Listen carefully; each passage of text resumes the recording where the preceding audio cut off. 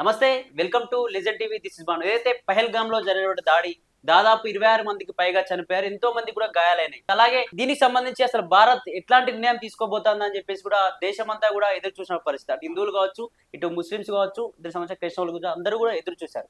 అలాగే దీనికి సంబంధించి ఏదైతే ఆపరేషన్ సింధూర్ పేరుతో 9 ఉగ్రవాద స్థావరాలను కూడా మట్టుబెట్టింది భారత్. దీనికి సంబంధించి పూర్తి విషయాలు మనం మాట్లాడే ప్రయత్నం చేద్దాం. మనతో పాటు చిత్రగుప్త ఛానల్ వ్యవస్థాపకులు గిరీష్ దారాబోని గారు మనతో ఉన్నారు. అన్న నమస్తే అన్న.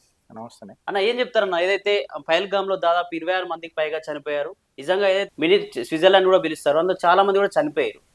కొందరు క్వశ్చన్ ఏం చేశారంటే, ఆ టైంలో అసలు ఏదైతే జమ్మూ కాశ్మీర్ ఏరియాలో 100లకు పైగా ఆర్మీ జవాన్లు ఉండాలి, ఆ టైంలో ఎందుకు లేకుండా పోయారు, గంటన్నరగా 100 బుల్లెట్లకు పైగా జరిగితే ఆర్మీ జవాన్లు ఎటు పోయారు అని చెప్పేసి క్వశ్చన్ చేసి దానికి సంబంధించి ఏం చెప్తారు? ఆర్మీ జవాన్లు ఎందుకు లేరు అని అంటే, ఫస్ట్ ఇంట్లో న్యూస్ సగం నిజాలు చెప్తారన్న. ఫస్ట్ కరెక్ట్గా తెలుసుకోవాల్సింది ఏంటంటే, టూరిజం ఏదైతే స్టార్ట్ అయిందో ఆ టూరిజం, ఫర్ ఎగ్జాంపుల్ నేను May 15కి స్టార్ట్ చేస్తున్నా అని చెప్పిన. ఓకే, అది May 5కి నేను స్టార్ట్ చేసేస్తాను అంటే సెక్యూరిటీ అరేంజ్మెంట్స్ ఎట్లా చేస్తారు? దాని తగ్గట్టు చేసుకుంటూ వస్తారు. సో డాట్స్ కరెక్ట్ కనెక్ట్ చేయాలి. రక్షక బలగాల మీద మనం ఆరోపణలు చేసుకుంటూ చాలా సర్వసాధారణం అయిపోతుంది. కాకపోతే మళ్ళీ వీళ్ళు చేసిన తప్పులు ఎందుకు బయట పెడతలేరు? ఇప్పుడు టూరిస్టు ఒక డేట్ రోజు స్టార్ట్ అవుతుంది అని అన్న కంటే ముందు స్టార్ట్ చేసిరనంటే అక్కడ లోకల్ గవర్నమెంట్ కట్టలు కడుతున్నాయా? మళ్ళీ కంప్లీట్గా ఆర్మీయే చూసుకోవాలి అని అంటే మళ్ళీ ఎలక్షన్లు ఎందుకైనా ఎలక్షన్ సీఎం ఎందుకు పీకనికేనా? వీళ్ళందరూ పీకనికి ఉన్నారా? కట్టలు కట్టనికి ఉన్నారా? కాదు కదా. సో ఆబ్వియస్ గా ఆడ తెలుసుకోవాల్సింది ఏంటంటే, ఆడ జరిగింది ఒకటి, వీళ్ళు చెప్తారు ఒకటి. సింపుల్ గా బటగాల్సి మీద ఏనికి అందరికి ఉంటుంది రక్షక బలగాలు అని అంటారు. మళ్ళీ నువ్వు గవర్నమెంట్ ఏం చేస్తున్నావు? నువ్వు ఆడ నీ ఇంటెలిజెన్స్ ఏమున్నది? మళ్ళీ నీ ఇంటెలిజెన్స్ అన్నప్పుడు కంప్లీట్ గా సెంట్రల్ ఇంటెలిజెన్స్ ఏముంటుందా? స్టేట్ ఇంటెలిజెన్స్ ఉండదా? మళ్ళీ నువ్వు టూరిస్టు వీళ్ళు ఫలానా డేట్ కి స్టార్ట్ అవుతుంది అని అంటే ఫలానా డేట్ నుంచి నువ్వు కట్టలు కడుతున్నావా? సీఎం ఏం బిక్తున్నాడు? కరెక్ట్ గా ఈతనం పెట్టి పెంచి పోషించింది మీరే కదా. ఇవాళ ఓవర్ గ్రౌండ్ వర్కర్స్ అని అంటారు ఎవరైతే వీళ్ళకి అందరికి లాజిస్టిక్ సపోర్ట్ ఇచ్చిరో. ఇప్పుడు వాడు పహల్గామ్ లో వచ్చి దగ్గర ఒక 26 మందిని పొట్టన పెట్టుకున్నాడని మీరు చెప్తున్నారు కదా బ్రదర్. అంటే ఇప్పుడు మధ్యాహ్నం అన్నం తిన్నాడు కదా, పొద్దుగాల నాష్ట చేసిండు కదా, ఒక రాత్రి వచ్చి ముందే ఉన్నాడు కదా, అప్పటిదప్పుడు హెలికాప్టర్ దిగి కొట్టలే కదా. మళ్ళీ ఇవంతా కంప్లీట్ గా ఒక ఇంటర్నల్ లాజిస్టిక్ సపోర్ట్ చేస్తుంటే వాడుకొని కూర్చున్నారు అందరు. స్టేట్ గవర్నమెంట్ ఏం చేస్తుంది? ముఖ్యమంత్రి ఏం చేస్తున్నాడు? అక్కడ లోకల్ వాళ్ళే కదా. విషబీజాలు అనేది ఇలా బయటి శక్తులు కాదు. భారతదేశంలో హైబ్రిడ్ టెర్రరిస్ట్లను తయారు చేసిరు వీళ్ళంతా. ఇక లాస్ట్కి ఏమైంది రాబోయ్ అని అంటే ధర్మం అడిగి చంపిను. నీ ధర్మం ఏంది అని చెప్పి చంపిను. ఇవాళ భారత్ సర్కార్ అండ్ రక్షక బలగాలు ధర్మం పేరు చెప్పి పాకిస్తాన్ని చంపుతున్నాయి. నువ్వు ఎట్లా చేస్తావో అట్లనే వస్తుంది కదా. గంతే ఇండియా.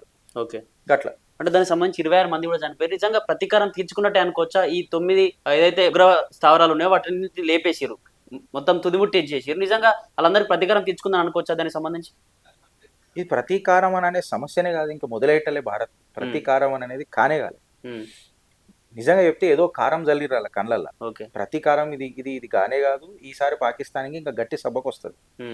లాస్ట్ టైం లాగా ఏదో కొట్టిపోలే ఈసారి భారత్. చాలా చాకచక్యంగా ఆట ఆడుతున్నది. పాకిస్తాన్ ఏ రకంగా తిప్పికొట్టాలన్నా వెన్నులో వణుకు ఊటేటట్టు భారత్ అడుగులేస్తుంది. అలా ప్రైమ్ మినిస్టర్ లెక్క మాట్లాడతలేడు కదా నా దేశ ప్రధాని. ఇక్కడ పరిపాలన సాగిస్తున్నాడు, వాళ్ళని పరేషాను చేస్తున్నాడు. కరెక్టా కదా? ఆబ్వియస్ గా వాళ్ళని వదులుతలేడు. ఇవాళ అక్కడ ఎవరో నార్మల్ గా బ్రిటన్ నుంచి ఎవరో వస్తే వాళ్ళతో మాట్లాడుతున్నాడు, వాళ్లకు ధన్యవాదాలు చెప్తున్నాడు, మీకు ట్రేడ్ బిజినెస్ డీల్స్ దొరికినాయి థ్యాంక్ యూ అని చెప్తున్నాడు. అదే రోజు 1 గంటకు డ్రోన్లు లేచినాయి, ఢల్ మని కొట్టొచ్చినాయి. కరెక్టా కదా? ఈడ కూర్చొని ఉన్నాడు, ఈడ మాట్లాడుతున్నాడు, బీహార్ లో పోతున్నాడు, ఎలక్షన్లకు పోతానంటున్నాడు. ఆడ INS విక్రాంతిని నీళ్ళ దించిండు. ఈడ ఉంటా అంటున్నాడు, ఒక ప్రెస్ మీట్ పెట్టి మాట్లాడుతున్నాడు, సమయ కమ్ హే అని అన్నాడు, మీరే ఏది తీసుకుంటారో తీసుకోండి అని చెప్తున్నాడు. రాఫేల్ సోర్స్ కోడ్లు మాకు కావాలా అని చెప్పి చెప్పిండు. కరెక్టా కదా? అంటే పరిపాలన ఒక మల్టీ టాస్కింగ్ ఎట్లుంటది అని ఇలా దేశ ప్రధాని చూపుతున్నాడు. వెనకటికి సోషల్ మీడియాలో నడుస్తుండే కదా, అటాక్ జరిగితే ఏం చేయాలా మేము ఏం చేయాలా అని రక్షక బలగాలు అడిగేటివి. ఇవాళ అటాక్ జరిగితే మీరు చెయ్యండి, నేను చూసుకుంటా, తర్వాత నేను మాట్లాడుకుంటా ప్రపంచంతో, నువ్వు కానీ గుసాంచి కొట్టు అని చెప్పి చెప్తలేడా? మొన్నటిదాకా కేవలం లైన్ ఆఫ్ కంట్రోల్ వరకే చేసిర్రు. ఇవాళ పాకిస్తాన్ లోపలికి పోలేదా? రేడార్లు జామ్ చేయలేదా? లాహోర్లా కరాచీ పోర్ట్ ని లేపేయలేదా? INS విక్రాంతి ఇవాళ వచ్చి కూర్చున్నది కదా, bad boy of Indian waters అని అంటాం కదా, నిలబడ్డది కదా. బిగ్ డాడీ లెక్క. ఉమ్, ఇదే విక్రాంట్ నిలబడ్డప్పుడు వెనకటికి 1971 లో ఒక దేశం జన్మించింది, బంగ్లాదేశ్ అని. ఉమ్, ఇవాళ మళ్ళీ అది అరేబియన్ సీలు అడుగు పెట్టింది. ఇది ఉమ్, రాసి పెట్టుకో, భవిష్యవాణి చెప్తున్నా. ఓకే. ఒక దేశం ప్రపంచ పటంలో నుంచి కనుమరుగైపోతుంది. ఉమ్, అట్లాంటి డేంజరస్ వెజల్ ఇలా వాటర్లకు దిగింది. ఉమ్, మళ్ళీ ఇప్పుడు వీళ్ళు ఏం చేస్తారు? అవును. పాకిస్తాన్ ఏం చేస్తారు? ఉమ్, కనిపెట్టిందా ఏమన్నా మన రేడార్లను? ఉమ్, కనిపెట్టిందా? ఉమ్, వెనకకే పోయి నెత్తి మీద కొట్టి కాక్తూ అని నోట్లు ఉంచేసి వస్తున్నాం ప్రతిసారి. ఉమ్, ఏం చేస్తారు వీళ్ళు? ప్రాక్సీ వార్ చేసారు బ్రదర్. భారత్తో ప్రతిసారి ప్రాక్సీ వార్ చేసారు. ఇప్పుడు అసలు పాకిస్తాన్కి ఎకనామికల్ గా చాలా పూర్ గా ఉంది.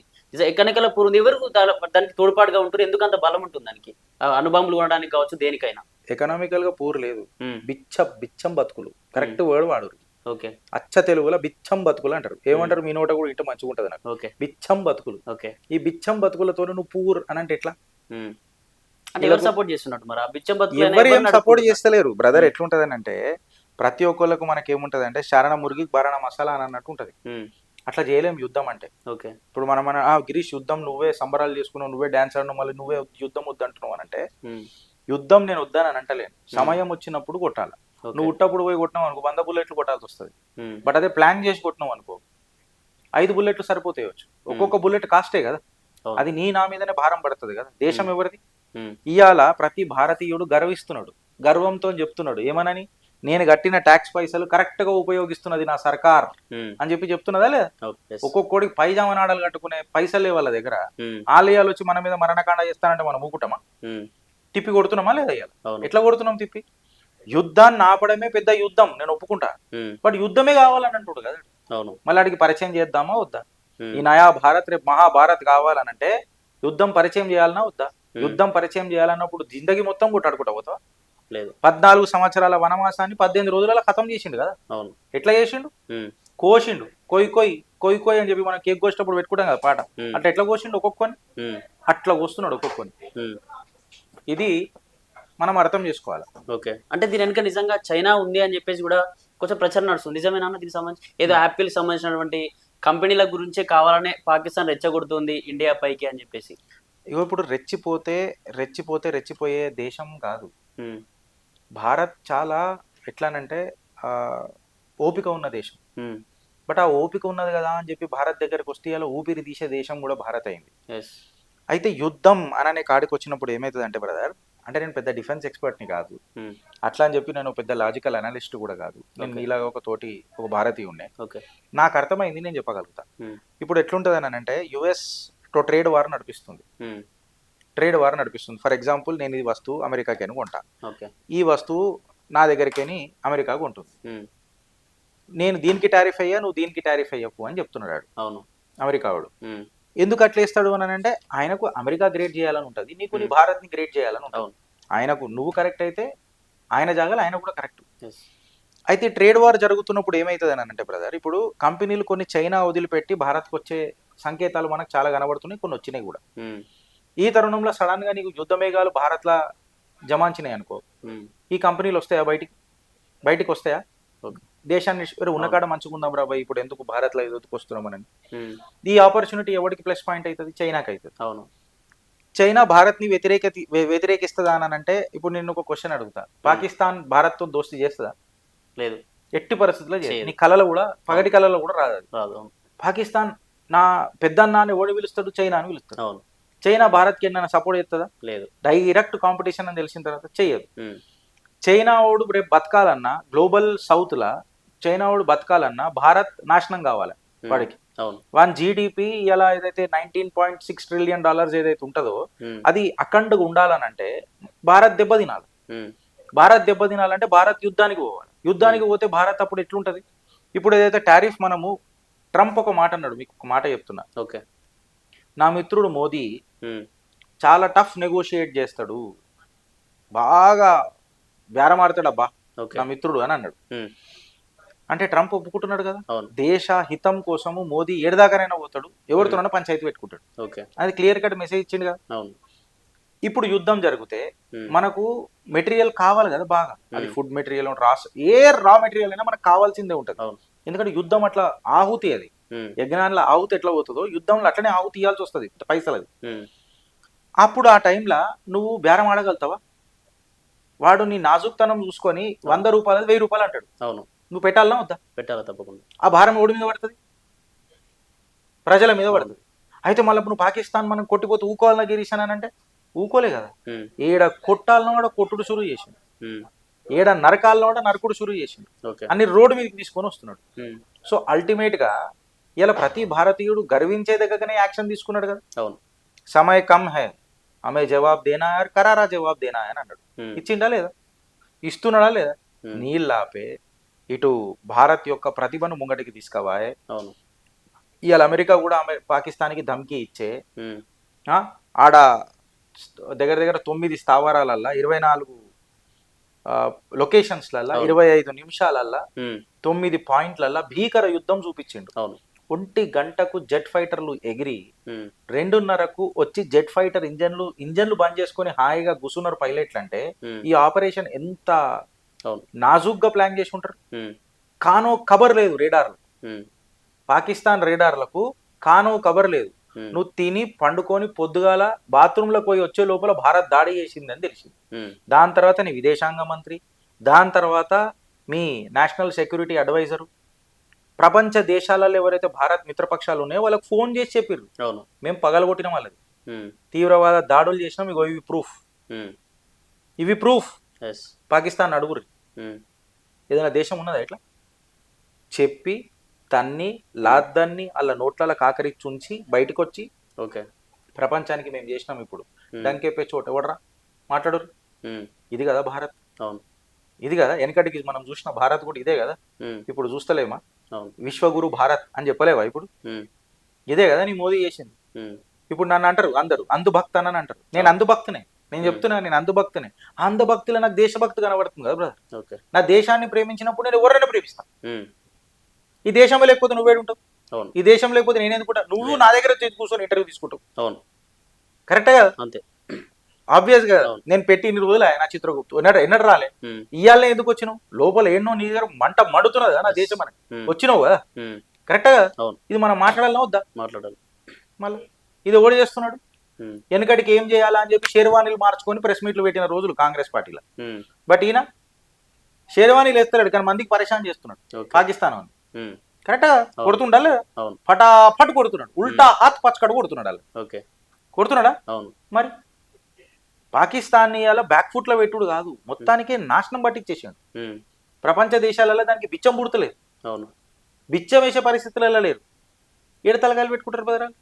అలాగే పాకిస్తాన్ అధికారులు పహల్గామ్ దాడి అయిపోయిన తర్వాత, అలాగే సింధు దాడి అయిపోయిన తర్వాత కూడా వాళ్ళు ఏం చెప్తా ఉన్నారంటే మీది ఓన్లీ తాత్కాలిక ఆనందం మాత్రమే, త్వరలో పెద్ద ఎత్తున మేము ఇండియాలో ఎక్కడ ఏం చేస్తామని చెప్పకుండా చేసి తీరుతాం, త్వరలో మీరు ఇడ్చే రోజులు దగ్గరలో ఉన్నాయని చెప్పేసి కూడా ప్రధాని కావచ్చు అధికారులు చెప్తా ఉన్నారు పాకిస్తాన్. నేను ఏమంటున్నా బ్రదర్, కర్ణ చెయ్యి కదా. 1948లో నీది వలగొట్టినాం, 1961లో నీది వలగొట్టినాం, 1971లో నిన్ను వలగొట్టినాం, నీ అంగాన్నే కోసినాం. ఇటు బంగ్లాదేశ్ పాకిస్తాన్ చేసినాం, కార్గిల్ కూడా చేసినాం, ఊరిలో ఇంటికాడికి వచ్చి పచ్చకడ కొట్టిపోయినాం, బాలాకోట్లో కూడా నీ ఇంట్లో గుసాంచి కొట్టిపోయినాం, ఇగో ఇయ్యాల కూడా కొట్టిపోయినాం. మళ్ళీ నీ తాత్కాలిక ఆనందం ఏడదచ్చిందిరా? ఎన్ని రోజులు ఏడ కట్టలు కట్టుకున్నావురా? ఏడ మూడేసుకొని గిటార్ కొట్టుకుంటున్నావురా? దీనికి సమాధానం చెప్పు. మళ్ళీ పాకిస్తాన్ ఇయ్యాలనే గుర్తొచ్చిందా నీ తాత్కాలిక ఆనందం? అరే ఓ సిగ్గు తప్పినోడా నీకు పాకిస్తాన్ కానీ గానే అడుగుపోయి నేను ఏమంటున్నా అంటే నీ రేడార్లు పనిచేస్తలేవు, నువ్వు మాకేం జవాబిస్తావురా? మేము వచ్చినాం, మా డ్రోన్లు వచ్చినాయి, కొట్టినాయి, పోయినాయి. అర్థం చేసుకోవాల్సింది ఏంటనంటే ఈ సిగ్గుదొప్పిన వాళ్ళకు ఒక ఫ్రెంచ్ స్కాల్ప్ మెజైల్ వచ్చి ఇలా స్థావరాలను కొట్టిపోయింది మొన్న 7th మే రోజు. ఫ్రెంచ్ మెజైల్, ఒక మెజైల్. ఇప్పుడు ఇది మెజైల్ అబ్బా, దీన్ని కొట్టినాం, దీని ఆడాడ పాటలు పడతాయి కదా, ఇది ఫ్రెంచ్ అని చూసి మేము రఫేల్ ని చంపినామని అంటున్నారు. రాఫేల్ ని చంపినాం పంపించింది డ్రోన్లు రావులాగా. రాఫేల్ కేవలం సర్వేలెన్స్ చేసిపోయినాయి, కొట్టినే వచ్చు, నార్మల్ గా కవర్ ఫైర్ ఇచ్చినే వచ్చు. బట్ యాక్చువల్ గా దిగినాయి డ్రోన్లు దిగినాయి. ఇవాళ కూడా హారూక్ డ్రోన్లే దిగినాయి, ఇజ్రాయలీ డ్రోన్లు దిగినాయి. ఏడ నువ్వు రాఫేల్ ని కొట్టినానంటే సరే ప్రూఫ్ ఇచ్చినావా? మేము నీ JF-17 కొట్టినాం, నీ F-16 కొట్టినాం, మళ్ళీ స్టెల్త్ ఫైటర్లు అని చెప్తారు కదా, 6th జనరేషన్ ఫ్లైట్లు కదా, ఈయన్నే కొట్టినాం మిమ్మల్ని. ఇదంతా ఓని బ్రదర్, పెద్ద ఆనందం, పెద్ద ఇది అనుభూతి ఇస్తానన్నారు కదా, వీళ్ళ అనుభూతిలో మనం కూడా వీళ్ళు ఇంట్లలో పీనుగులు తీసి వచ్చినాం. మనం ఏం చేసినాం? ఇంట్లలో పీనుగులు తీసి వచ్చినాం. అచ్చ తెలంగాణలో చెప్తున్నా, అభినందన్ పోయిండు ఒక మిగ్ ఫైటర్ జెట్ తోని ఒక F-16 ఫైటర్ జెట్ భూస్థాపితం చేసి వచ్చిండు. అవును. తిరిగి వచ్చిండా లేదా? అవును. చాయ్ మంచుకుందని చెప్పిండా లేదా? అప్పుడు కూడా చెప్పిండా లేదా? ఎస్. మళ్ళీ ఇది ఎవరి హయాంలో జరిగింది? ఏ సర్కార్ హయాంలో జరిగింది? మర్చిపోతున్నామా? అది వేరే విషయం. మీరు అన్న మాట వేరే ప్రభుత్వాలు ఏమన్నా ఉంటాయి, నేను అన్నదానికి కొంచెం జంకుతున్నారేమో, ఉంటదేమో అని ఒక భయం ఉంటాడేమో.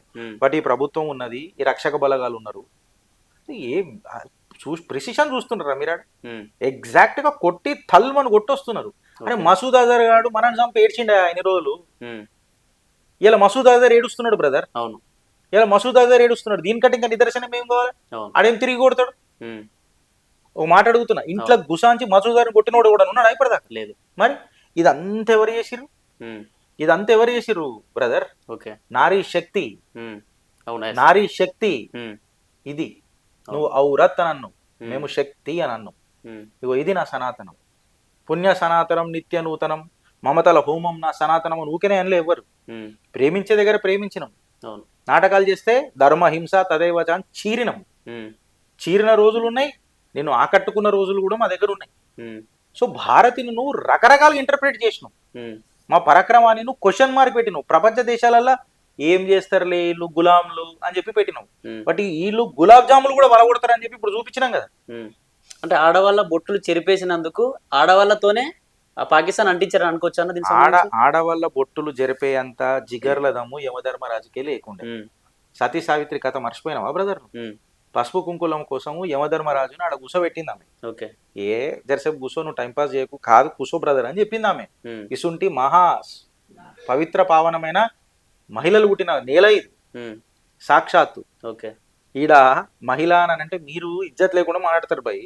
మనం ఎప్పుడు మాట్లాడినా పార్వతి పరమేశ్వరుడు అని అన్నాం, లక్ష్మీ నారాయణుడు అని అన్నాం, లక్ష్మీ నరసింహస్వామి అని అన్నాం. ప్రతిసారి మహిళ ఒక శక్తి పేరు ముందొచ్చిన తర్వాత పురుషుడు పేరు వచ్చింది.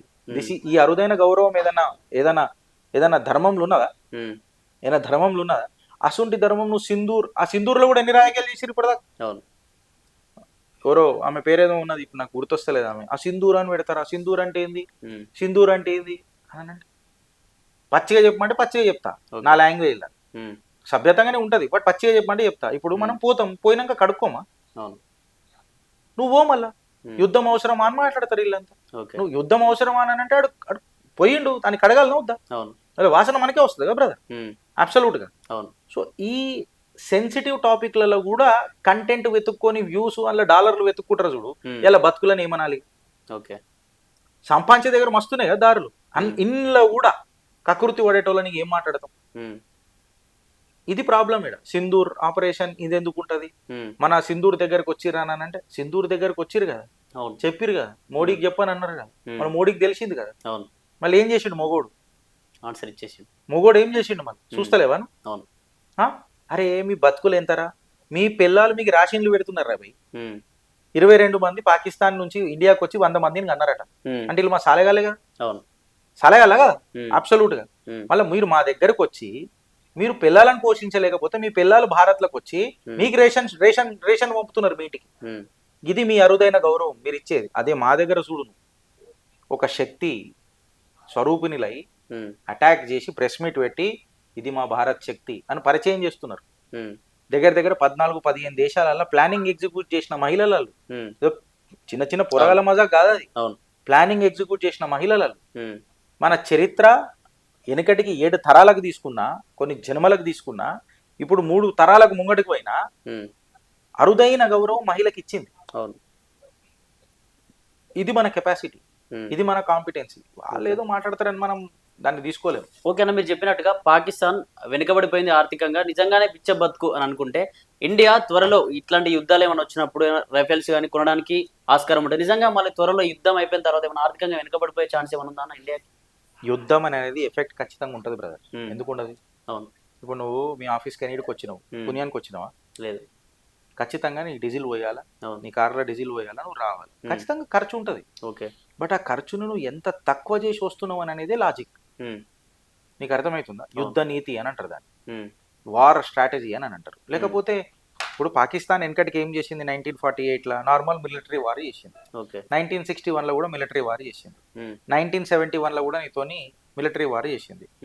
1999 కార్గిల్ కార్గిల్ అది ఎప్పుడో డేట్స్, Okay. అప్పుడు కూడా నీతోని మిలిటరీ వార్ చేసింది, గెలిచిండ్రా? లేదు. దాని తర్వాత తీవ్రవాదులను పంపించి నాటకాలు చేసింది. ఖర్చు తక్కువ చేయాలని కదా. ఇలా మనం కూడా ఏం చేస్తున్నాం, మనం తీవ్రవాదులను డంకేపే చోటు చెప్తున్నాం, అరే నీ ఇంట్లోకి వచ్చినా గుసాంచినా గుయ్యమనిపించినా ఇగో ఇవి తప్పులు, ఇగో ఈ ప్రూఫ్లు, ఏం మాట్లాడుతూ మాట్లాడు చెప్పి పోతున్నాం మనం. దీని ఎఫెక్ట్ ఉంటుందా అంటే ఖచ్చితంగా ఉంటుంది. ఎందుకుంటుంది? ఒక మిజైల్ ఫైర్ చేస్తే ఖర్చు కాదా? ఖచ్చితంగా అవుతుంది.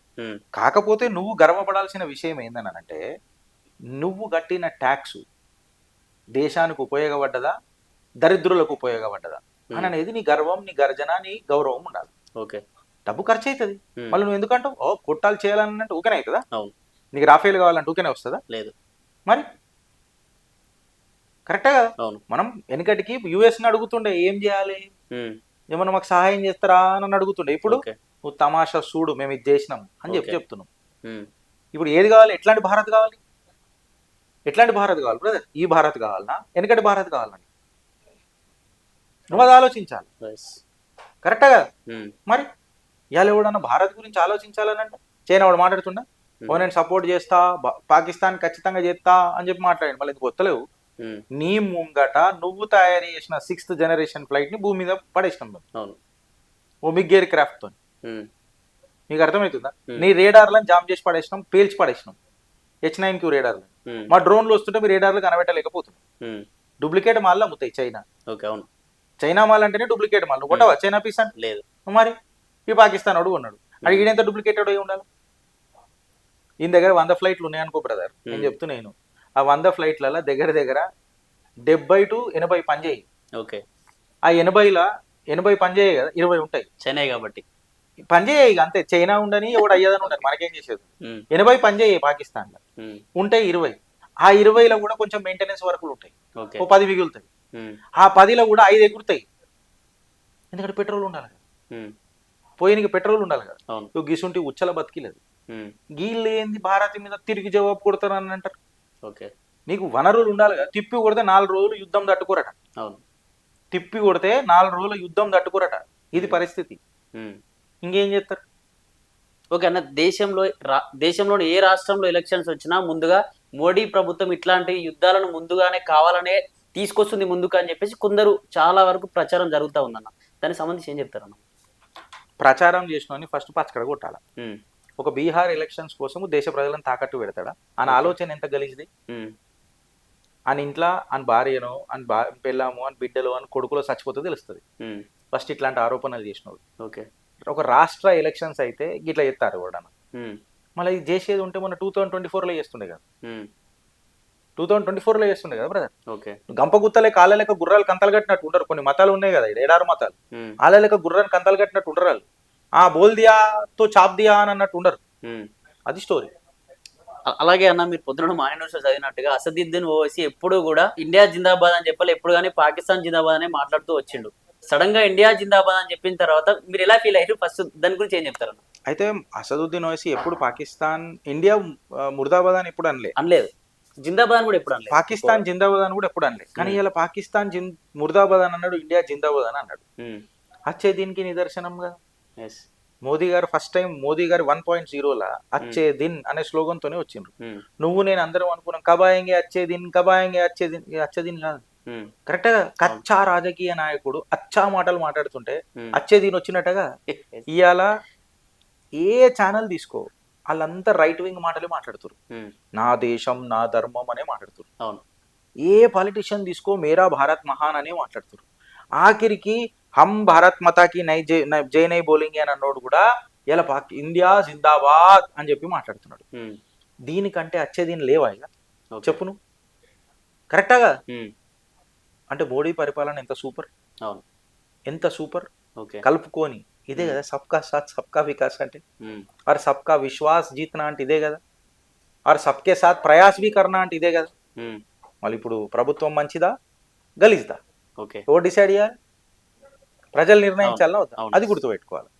అలాగే అన్న, చివరగా పాకిస్తాన్లకి ఏం చెప్పాలనుకుంటున్నారు? ఎందుకంటే వాళ్ళు సింధు నదిలో భారతీయుల రక్తాన్ని మేము ప్రవహింపేలా చేస్తాం, మీరు మా దౌత్య సంబంధించిన ఒప్పందాలను రద్దు చేసిరు, అలాగే మన నీటిని కూడా ఆపేసిరు, నది ఉపనదులను ఆపేసిరు, మీ రక్తాన్ని పారిస్తామని చెప్పేసి కూడా మాట్లాడు. అదే మాట్లాడిన వ్యక్తి ఇప్పుడు పరారిలో ఉన్నాడు.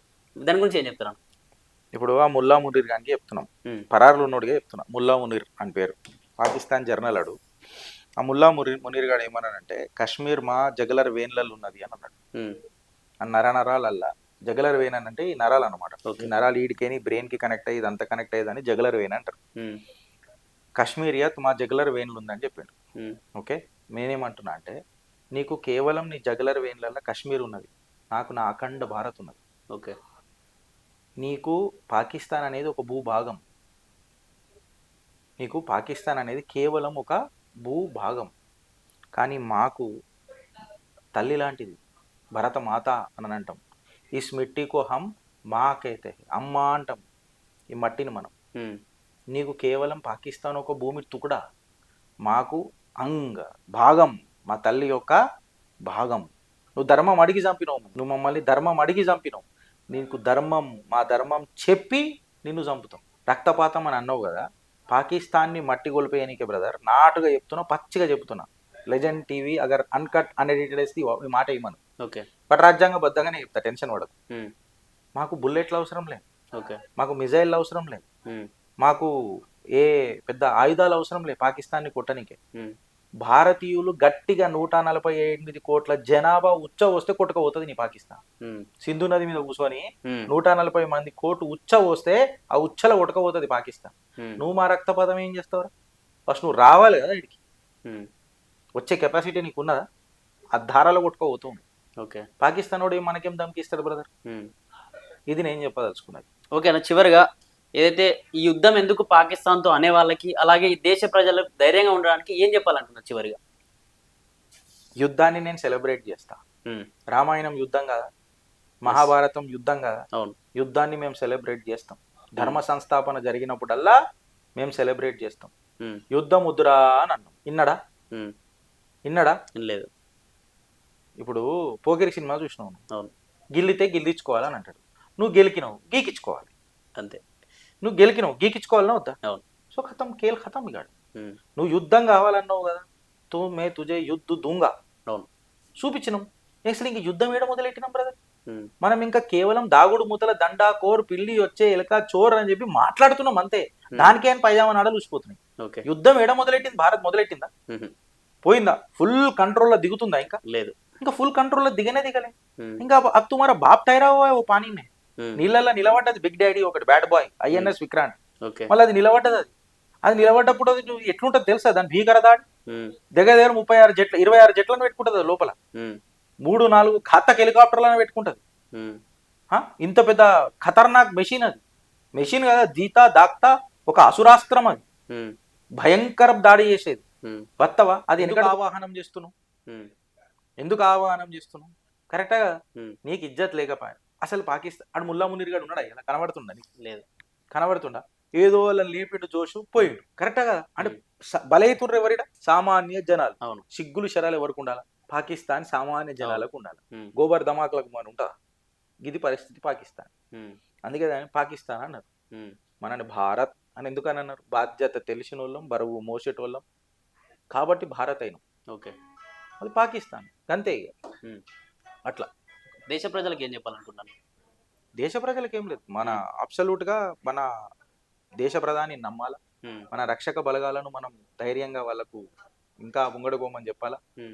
అబ్సల్యూట్గా వాళ్ళ మీద మనం ఏమీ డౌట్ పడొద్దు. వాళ్ళు చేసే ఏదైతే దాడి ఉందో దాన్ని మనం ఖచ్చితంగా సమర్థించాలా. And we need to become a backbone of them. Obvious గా వాళ్ళకి మనం సపోర్ట్ చేయాలి ఖచ్చితంగా. ఓకే, యుద్ధం కావాల్సుకొని ఏం గెలుపుకొని చేస్తలేం కదా, వాడు గెలికిండు మనం చూపిస్తాం, చూపెట్టద్దా? బరాబర్ చూపెట్టాలి. ఓకే, సో మనకు మాక్సిమం చేసేది మనం సైనికులకు ఏం చేయగలుగుతాం అని అంటే మనం ధైర్యం ఇవ్వాలి కదా. ఆర్మ్డ్ ఫోర్సెస్ కి మనం ధైర్య సాహసాలు ఇవ్వాలి. దేశ ప్రధానికి మనం కంగ్రాచులేషన్స్ చెప్పాలి. ఇట్లాంటి డెసిషన్స్ తీసుకొని భారత్ ని ప్రపంచ స్థాయిలో ముంగట నిలబెడుతుండంటే ఇలా భారత్ అంటే భయపడతాడా కాదా ఒక్కొక్కడు? మరి భయపెట్టాలన్నది భారత్ లక్ష్యం కాదు, బాధ్యత తెలపాలన్నది భారత్ లక్ష్యం. ఇది నువ్వు ఎప్పుడు తీసుకున్నా ఇదే పాలసీ ఉన్నది భారత్. మనం ఫస్ట్ అటాక్ చేయం, మనం ఫస్ట్ న్యూక్లియర్ అటాక్ చేయం, మనం ఫస్ట్ ఏది చేయం, బట్ నువ్వు గెలిపితే మాత్రం వదలం అన్నది ప్రభుత్వం చూపించింది. ఓకే, ప్లస్ రక్షక బలగాలు కూడా ఎంత డేంజరస్ గా ఛాన్స్ ఇస్తాయో మేము చూపిస్తాం, మా పరాక్రమం అనేది చూపించిరా లేదా?